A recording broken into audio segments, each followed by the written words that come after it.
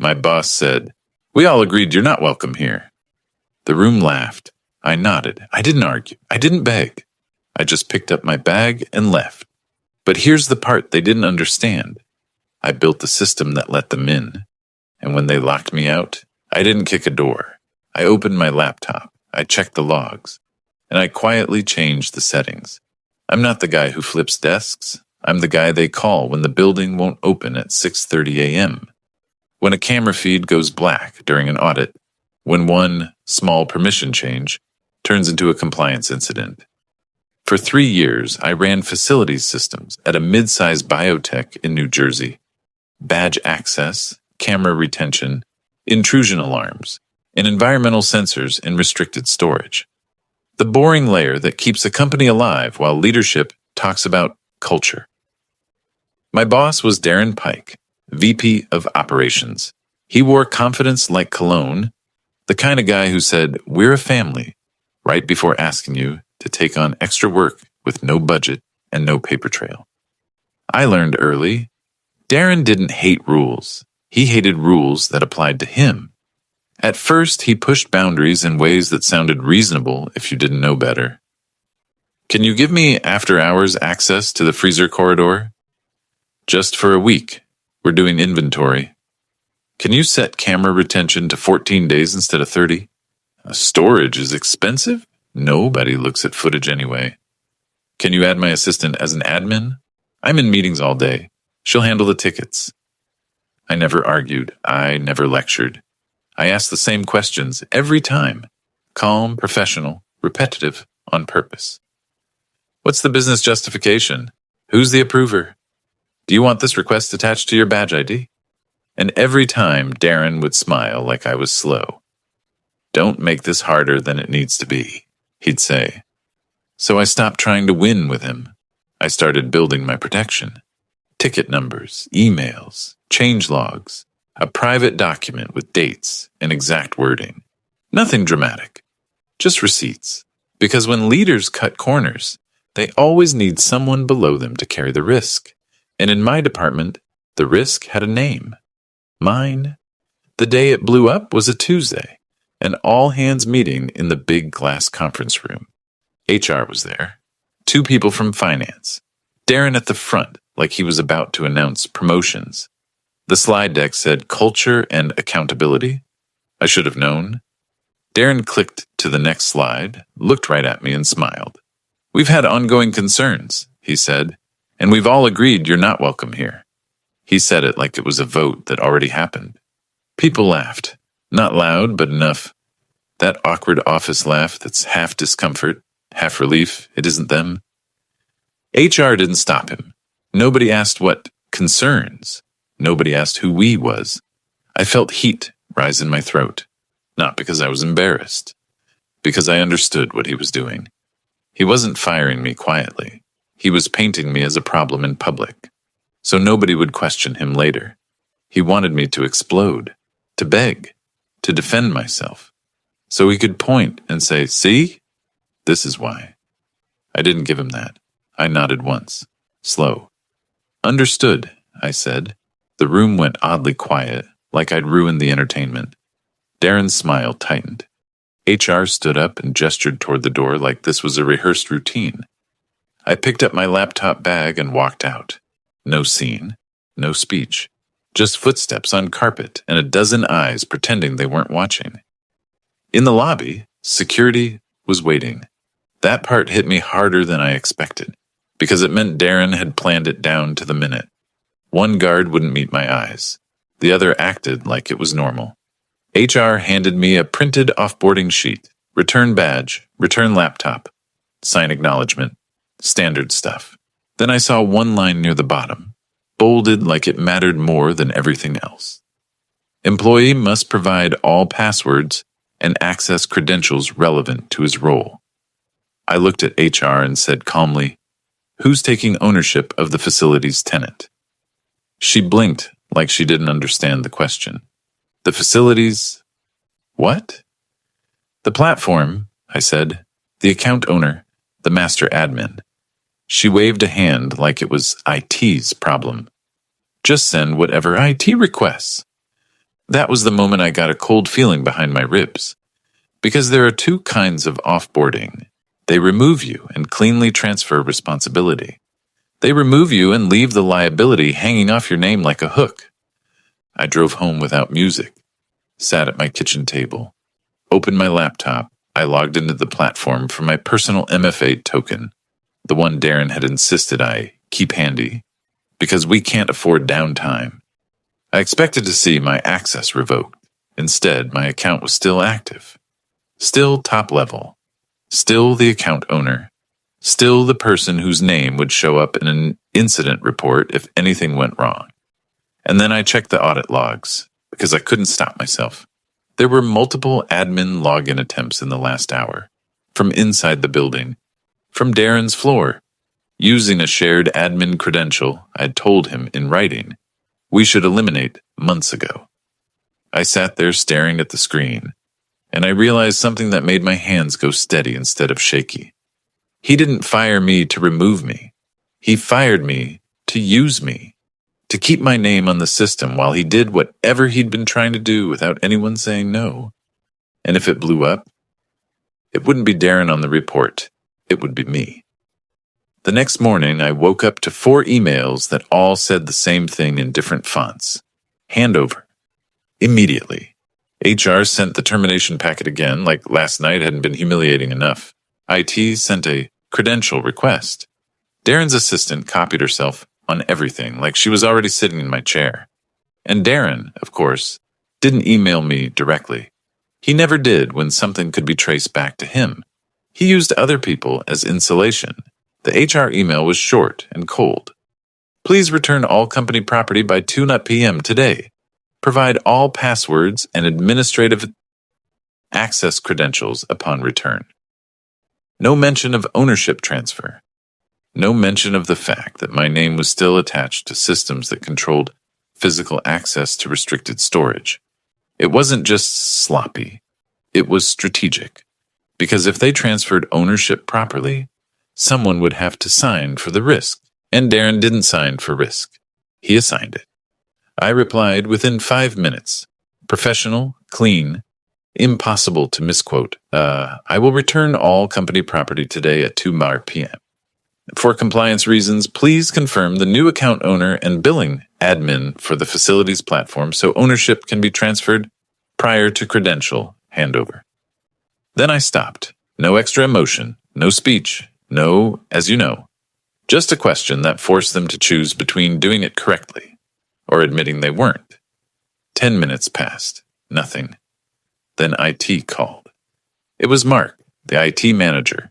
Good guy, overworked, always juggling 3 fires and a 4th one that hadn't started burning yet. Hey, he said like we were catching up. Darren's saying you're holding up access. I kept my voice calm. I'm not holding up access. I'm holding up liability. Silence. I heard him exhale through his nose like he already knew where this was going. Ownership transfer, I said. My name is still the top-level admin.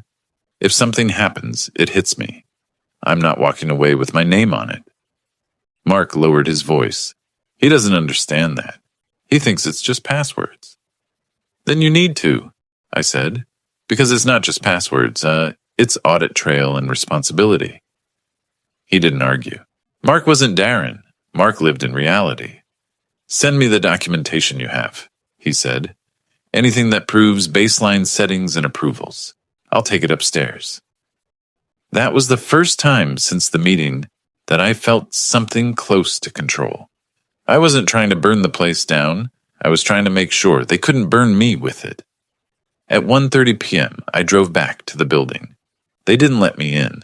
Security met me outside like I was a delivery. HR stood beside the revolving doors with a clipboard. Darren's assistant was there too, standing a little behind her, watching like she wanted the front row seat to my humiliation. HR didn't say hello, just laptop and badge. I handed them over. Then HR slid a form toward me. Signature line, acknowledgement of return, and right under it, a line that made my jaw tighten. Employee confirms he has provided all access credentials and passwords. I looked up. Not until ownership transfers. HR's eyes narrowed. You are no longer employed here. You cannot access company systems. I'm not asking to access, I said. I'm asking you to remove my name from the account owner role. The assistant chimed in like she'd rehearsed it. Darren said you're refusing. I turned my head slightly toward her, not aggressive, just enough to let her feel the temperature drop. I'm refusing to be the fall guy, I said. There's a difference. HR stepped in, irritated. We'll handle this internally. Just send what IT requested. I didn't argue. Arguing is where people like Darren feed, I simply said. I'm emailing IT the documentation package now. They can coordinate the transfer. Then I walked back to my car, and that's when the first real pressure started. My phone buzzed, text from a coworker I trusted, Jen from Facilities Ops. Jen, Darren is telling everyone you sabotaged access. He says you're petty. I stared at the screen, not because I cared what people thought, because I recognized the tactic. If Darren could convince the room I was unstable, then anything I did after would look like revenge, even if it was compliance. I wrote back one line. Me. I'm protecting my name. Watch what happens when audit logs get involved. Then I called Mark again. Check the admin login attempts, I said. Right now. He paused. Why? Because someone's trying to get in using a shared credential, I said. And if they succeed while my name is still owner, that's not a rumor problem. That's a legal problem. A beat. Then his tone changed. Hold on. I heard keyboard clicks. Then silence. The kind of silence that means you're staring at something you didn't expect. Yeah, he said finally. I see it. How many? I asked. Multiple, he said. From an internal IP. From Darren's floor? I asked. Another pause. Yes. I felt that irritation from earlier harden into something more precise, because this wasn't them forgetting. This was them trying to muscle their way into the system after they'd pushed me out of the building, so they could use my admin footprint without my physical presence. They wanted my signature without my voice. Mark's voice got quieter. What do you want me to do? Start the transfer, I said. Today, and I'm sending you the audit export. If legal asks, you'll have it. I hung up and opened my laptop in the car. I exported 90 days of audit logs, change history, and admin login attempts, time-stamped, platform signed. Then I sent one email, copied to Mark, HR, and the compliance mailbox I'd used during a previous internal audit. Subject, facilities platform ownership, or admin access risk. Body, I was terminated on date. My account remains listed as platform owner and master admin. Unauthorized admin log-in attempts are occurring via shared credentials. I am requesting immediate ownership transfer to an active employee. I will provide credential handover through IT once transfer is confirmed. No accusations, just facts. 5 minutes later, my phone rang. Unknown number. I didn't answer. It rang again. I didn't answer. Then a voicemail came through. I listened with my eyes closed. It was Darren. His voice was tight, controlled, trying to sound calm and failing. You're not welcome here, he said. Stay out of our systems. You hear me? If you touch anything, legal will...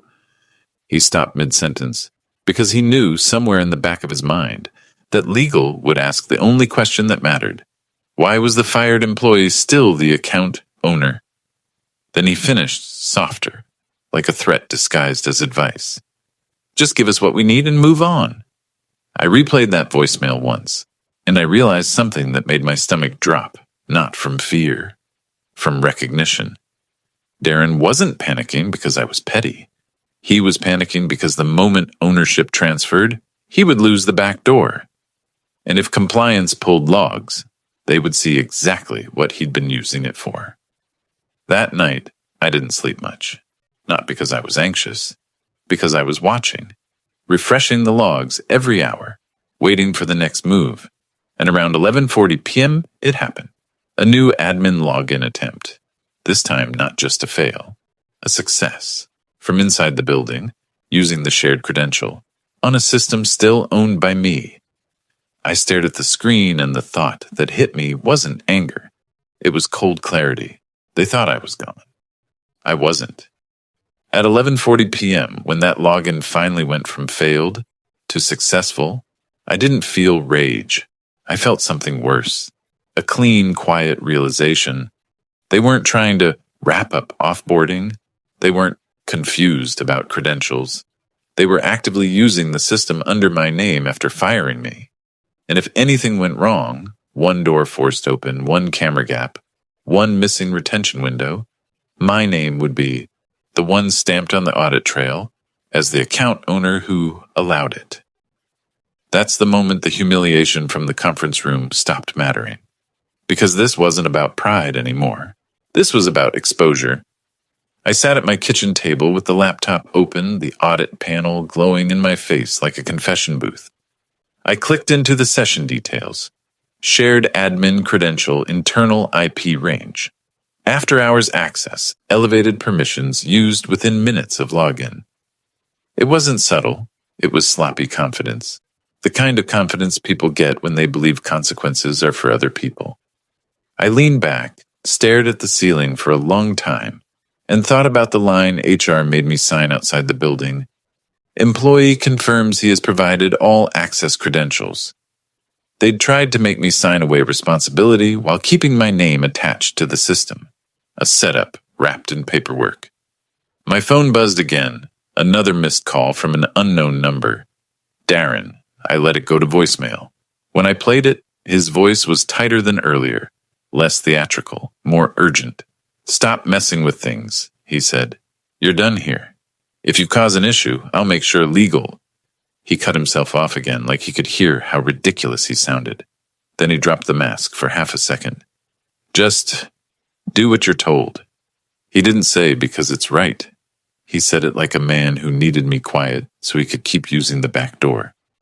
I closed the voicemail and opened my notes, the documentation trail I'd been building for years.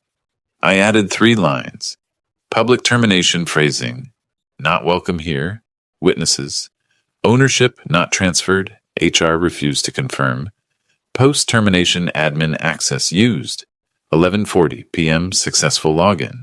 Then I did what I always do when things get serious. I called someone who lives in the world of consequences.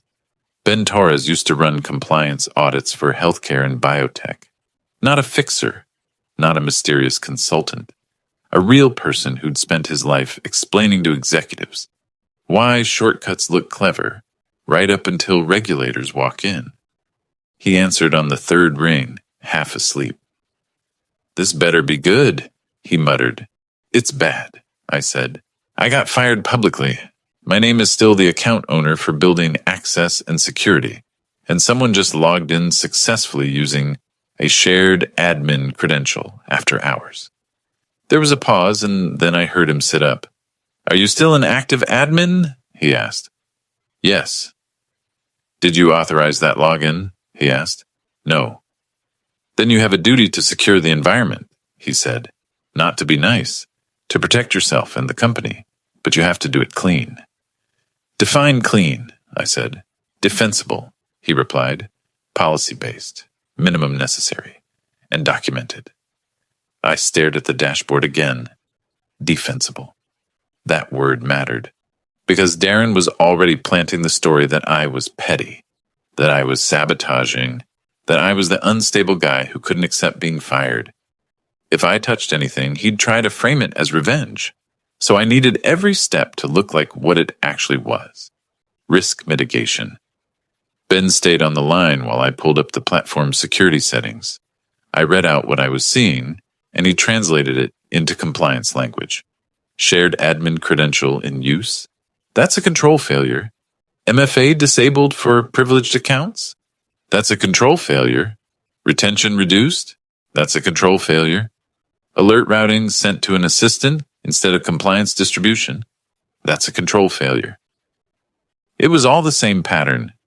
Darren wanted convenience over accountability, and he wanted it under someone else's name. Ben said, if an incident happens tomorrow, you're going to be asked why you left these weaknesses. in place while still listed as owner. I didn't answer right away because I already knew the truth. I left them in place because Darren pushed for them, and I kept telling myself I could out-document him. But documentation doesn't stop damage. It only explains it afterward. Ben's voice went firm. You need to lock down privileged access, not to punish anyone, to stop unauthorized use. Mark will say I'm interfering, I said. Mark will survive, Ben replied. You won't, if your name is on the top of an incident report. That was the break. That was the point my brain stopped thinking like an employee and started thinking like the person whose name was about to be used as a shield. I took a breath and started making changes. Small, surgical, and aligned with the company's written policy. First, I forced MFA on all privileged accounts. No exceptions. No temporary. No later.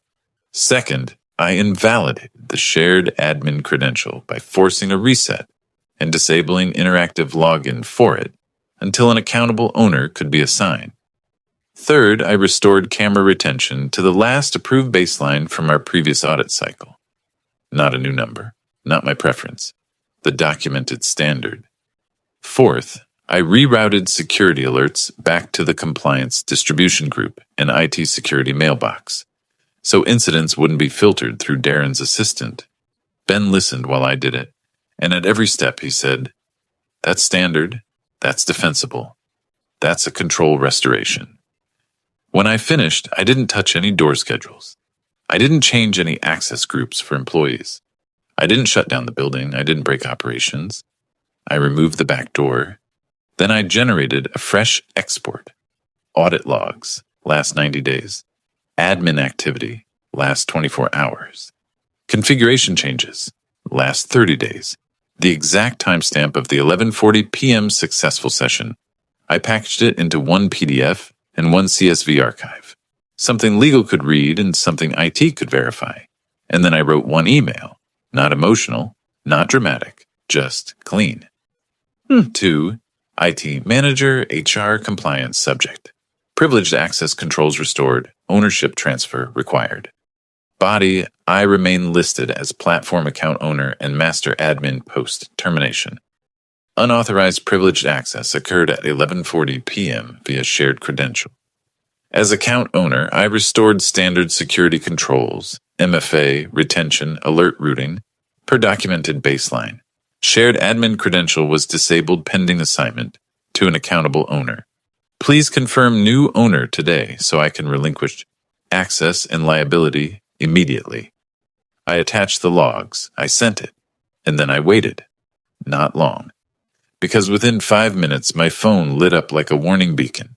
Darren again. This time I answered. I wanted him on record in my memory. Tone, wording, intent. Are you out of your mind? He snapped, skipping hello. People can't do their jobs? You don't work here? I kept my voice flat. They can do their jobs. They can't use a shared admin credential after hours. You're blocking access, he said. I'm blocking unauthorized admin access, I corrected, which is the policy you signed off on during the last audit. There was a short silence. I could practically hear him recalculating. Then his voice dropped into something more controlled, more dangerous. You're not welcome here, he said. Stay out of it? Transfer ownership, I replied, and I'm out of it permanently. He exhaled sharply, like he was trying not to yell. Mark says you changed settings. I restored settings, I said, and I have the logs. That did it. His control cracked for half a second. You think you're smart, he hissed. You think this will help you. I think I'm protecting my name, I said, and if you keep using systems under my account, you're creating a report you won't like. I expected a threat. Instead, I got something more telling. He said, we have an investor tour tomorrow. I blinked. There it was. The real panic, not my email, not compliance. The tour, the polished hallway, the story, the optics. He needed the back door because he needed everything to look perfect. And if compliance controls got in the way of his perfect morning, he'd rather blame me than change his behavior. I didn't raise my voice. I didn't gloat. I just said, then tomorrow we'll run on valid credentials and documented controls, like it always should have. I hung up before he could spiral. Then I opened the audit panel one more time. The last session ended abruptly after the shared admin credential got disabled. No more logins, no more after-hours poking, just quiet. And in that quiet, I felt a small, sharp relief, like a pressure valve releasing. They thought firing me meant I'd disappear. But the systems don't run on feelings. They run on permissions. And tonight, for the first time in a long time, the permissions were telling the truth. I didn't know it yet, but by morning, that truth was going to reach the one place Darren couldn't charm, the board. By 8:17 a.m., the next morning, my phone was already buzzing. Mark from IT. HR. 2 unknown numbers. Jen texting in fragments. Jen. Something's wrong. Doors aren't behaving. Darren is losing it. I sat up, opened my laptop, and checked the dashboard. Not because I wanted to get involved. Because my name was still sitting at the top of the platform like a target. The systems were stable. Cameras were recording. Retention was back to baseline. Alerts were flowing to compliance again. What wasn't stable was Darren's ability to do whatever he'd been doing. At 8:23, Mark called. "You're getting blamed," he said low. "Darren's telling everyone you broke access. We have an investor tour at 10. I didn't raise my voice. Badges work. He hesitated. "Some doors are denying overrides. Because overrides need accountability," I said. "MFA is on. Shared admin is dead. That's not sabotage, Mark. That's control." Mark went quiet for a beat, then said, "He's asking me for the old credential." "Tell him you don't have it," I replied, "because you shouldn't."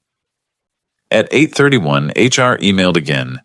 "Cease all activity related to company systems. You are not authorized." I replied with the same sentence I'd used before, because repetition is what keeps stories clean. "As long as my name remains account owner, I have legal exposure.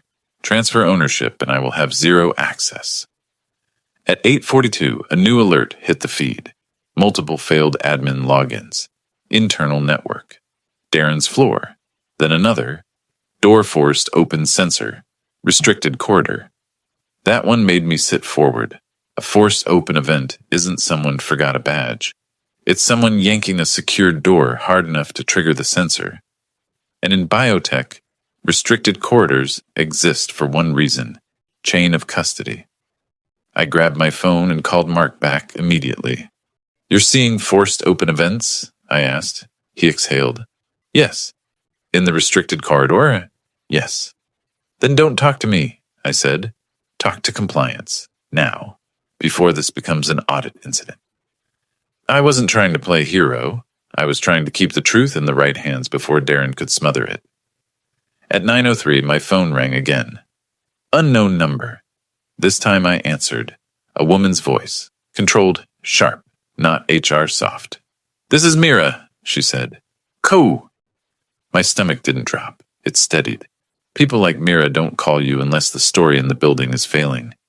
"I'm hearing we have instability in building access," she said, "and I'm hearing your name." "Yes," I replied. "My name is still the account owner." "That's the problem." Silence. Brief, heavy. "Explain it to me like I have 10 minutes, she said. So I did. Fast. Clean. Terminated publicly.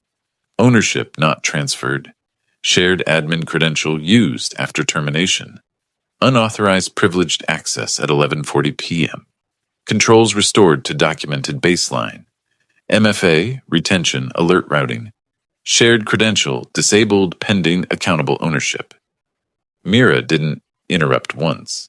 When I finished, she asked the only question that matters, in a room where careers die. "Do you have proof?" "I exported logs," I said. Time-stamped, platform signed. I sent them to IT and compliance. Another pause. "And investors are here in an hour," she said. "The building will function normally," I told her.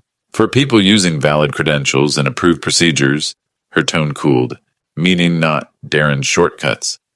I didn't say it. I didn't need to. Mira exhaled once, controlled. "Forward the logs to me directly." I did immediately. At 9:28, Jen texted again. Jen, Darren is screaming that you're holding us hostage. He just tried to get security to open the corridor door manually. That line made my throat go tight. Because if Darren had to go manual, it meant the system wasn't letting him do what he wanted digitally. And if he was pushing security to physically force access, it meant he was desperate. At 9:41, my email pinged with a new thread, this one from compliance. Subject: Urgent. Facilities. Platform Admin Access Review. In the body, one sentence stood out. We have observed privileged access anomalies and a forced open event in a restricted area. Anomalies. Forced open.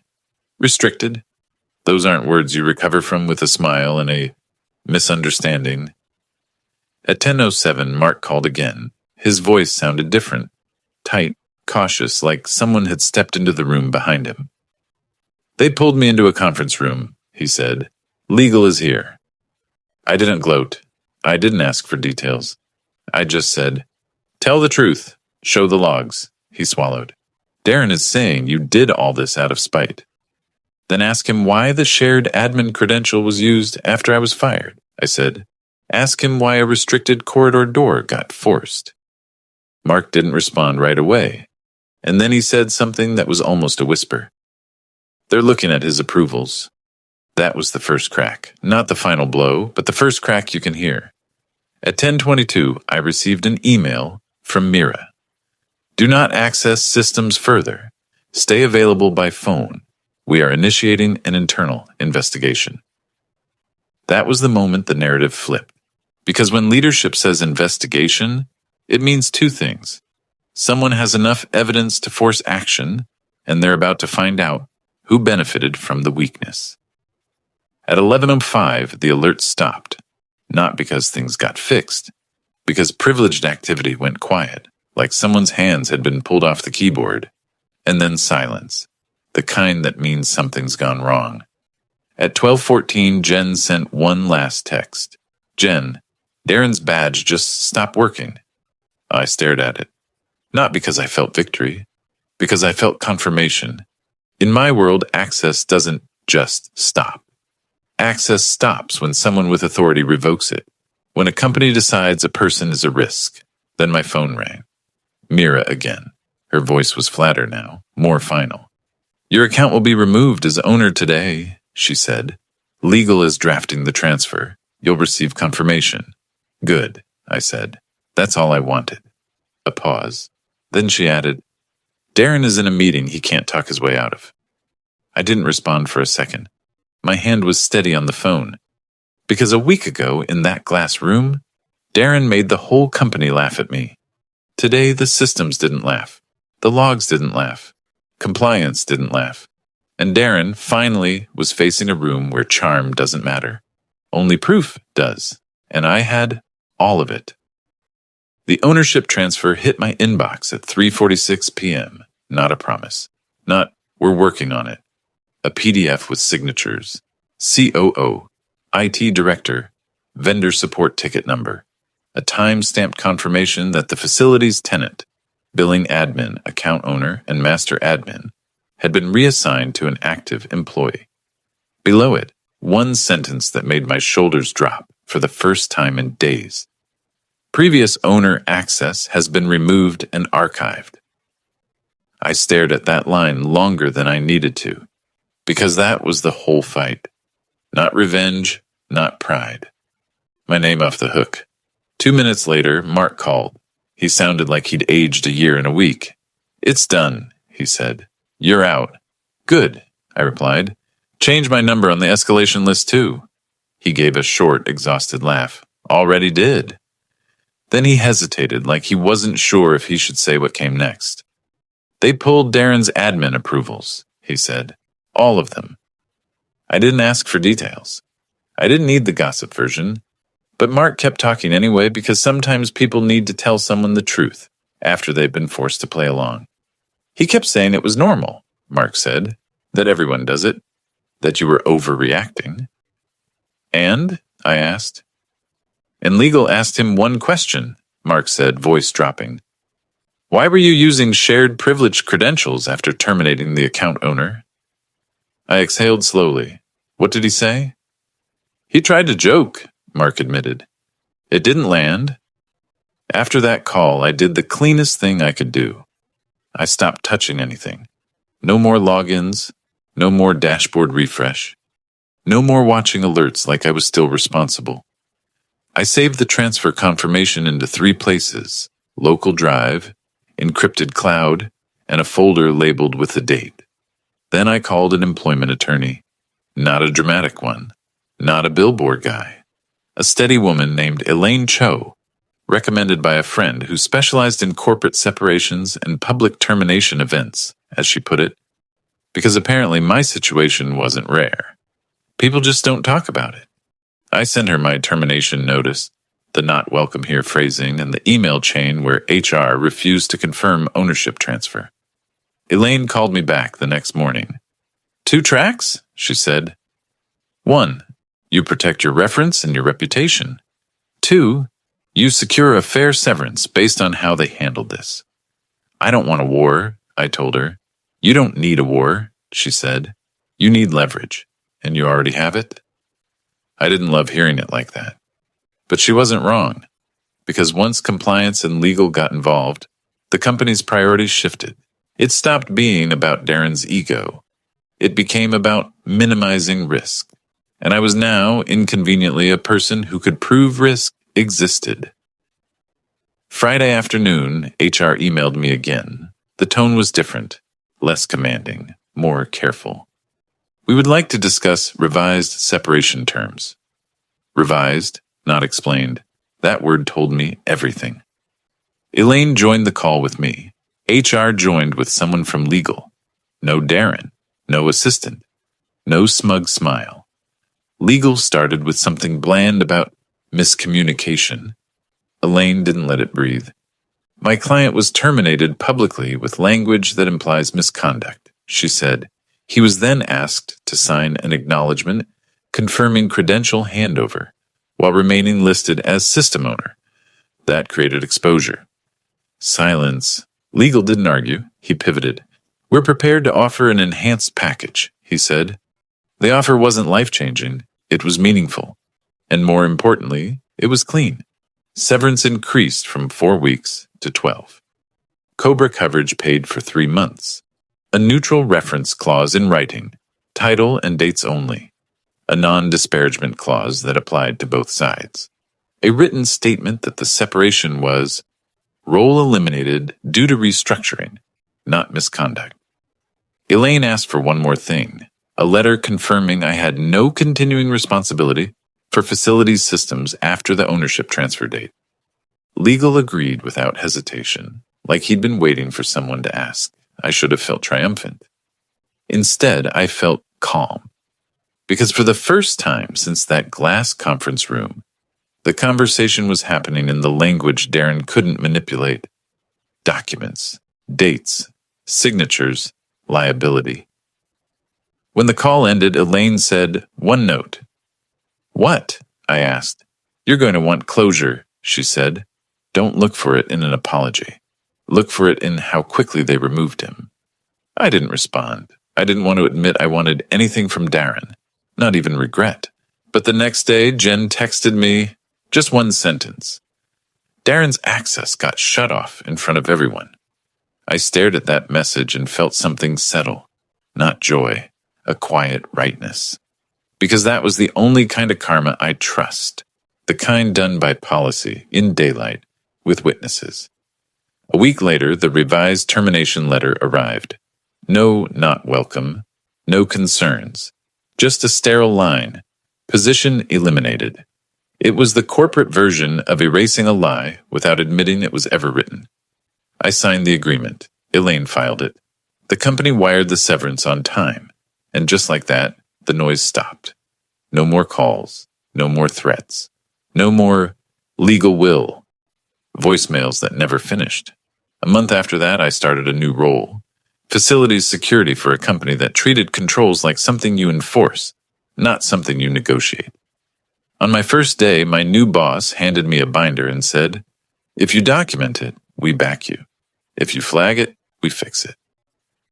I didn't tell him my whole story. I just nodded. Because I didn't need to be the hero anymore. I needed to be the guy who never let someone else hang risk around his neck again. Sometimes I still think about Darren's line. We all agreed you're not welcome here. He wanted a clean exit for himself and a messy one for me. He got the opposite. I didn't come back to beg. I didn't come back to argue. I didn't try to burn anything down. I let the system do what it was designed to do when someone stops treating it like a toy. I made it record the truth. And in the end, that was the most satisfying part. Not that Darren fell, that my name didn't go down with him, because revenge isn't a tantrum. It's a clean signature on the right document. It's silence in your phone. It's sleeping through the night knowing the locks, the logs, and the liability all belong to the people who earned them.